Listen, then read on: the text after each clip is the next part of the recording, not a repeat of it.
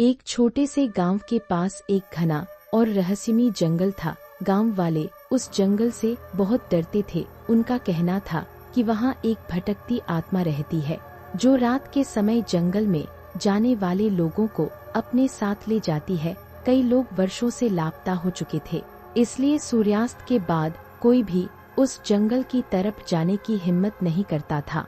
उसी गांव में आरव नाम का एक युवक रहता था। वह पढ़ा लिखा और निडर था।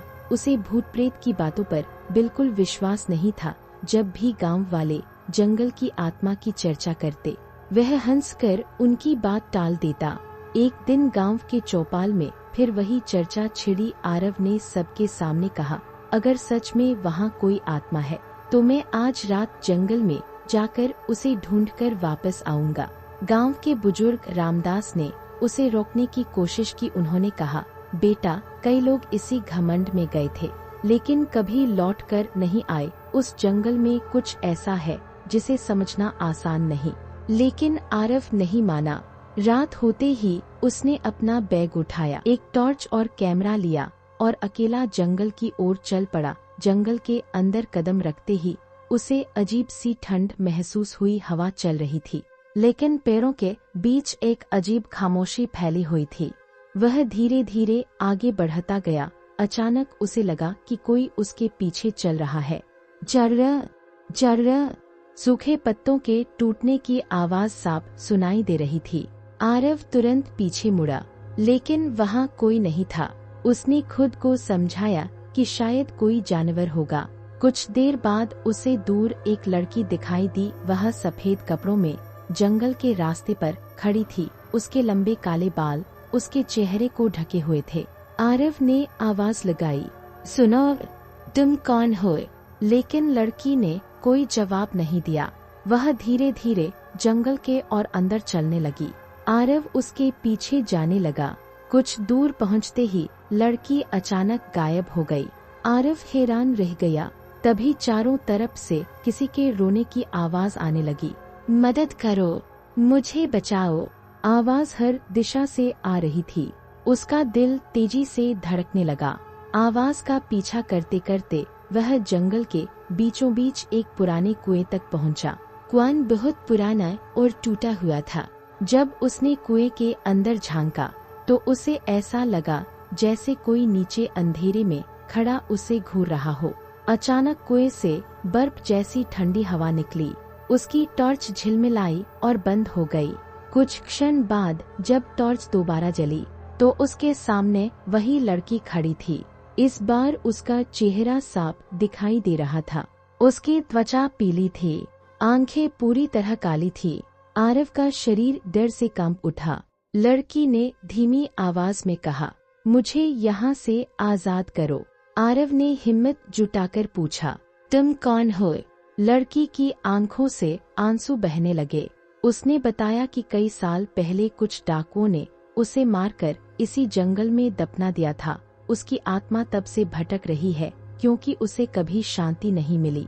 आरव उसकी बात सुन ही रहा था कि अचानक पूरे जंगल में एक भयानक चीख गूंज उठी। धरती कांपने लगी, पेड़ जोर जोर से हिलने लगे। लड़की का चेहरा डर से भर गया। वह चिल्लाई, वो आ गया, भागो। अचानक अंधेरे से एक विशाल काली परछाई निकलकर सामने आ गई। उसकी चमकती आंखें अंगारों जैसी थी। उसका आकार किसी इंसान से कई गुना बड़ा था। आरव बिना कुछ सोचे भागने लगा। काली परछाई उसके पीछे दौड़ रही थी। जंगल का हर रास्ता जैसे बदलता जा रहा था। पेड़ों के पीछे डरावने चेहरे दिखाई दे रहे थे। चारों ओर चीखें गूंज रही थी। आरव पूरी ताकत से दौड़ रहा था। तभी वह ठोकर खाकर जमीन पर गिर पड़ा। काली परछाई उसके बहुत करीब पहुंच चुकी थी। उसी समय लड़की की आत्मा उसके सामने आ गई। उसने अपने दोनों हाथ फैलाकर उस भयानक परछाई का रास्ता रोक लिया। दोनों के बीच भयंकर ऊर्जा टकराने लगी। लड़की दर्द से चीखते हुए बोली, आरव, मेरी कब्र ढूंढो, तभी यह सब खत्म होगा।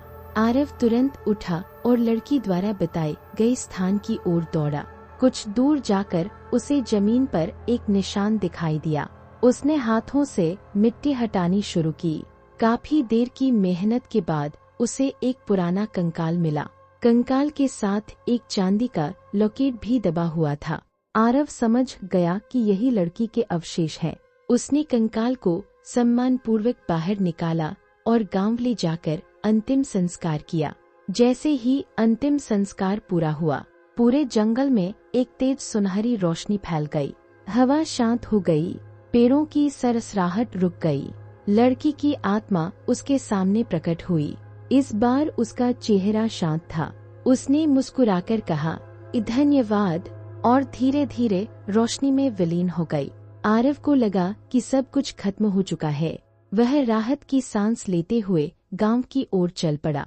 रास्ते में उसने अपना कैमरा निकाला और पूरी रात की रिकॉर्डिंग देखने लगा। लेकिन वीडियो देखकर उसके पैरों तले जमीन खिसक गई।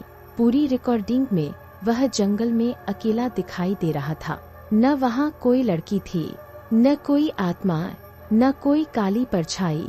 आरव घबराकर वीडियो बंद करने ही वाला था कि आखिरी फ्रेम पर उसकी नजर पड़ी। कैमरे के पीछे अंधेरे में दो चमकती हुई आंखें उसे घूर रही थी, और फिर स्क्रीन पर एक डरावनी मुस्कान उभर आई, जैसे कोई अब भी जंगल में उसका इंतजार कर रहा हो। सब्सक्राइब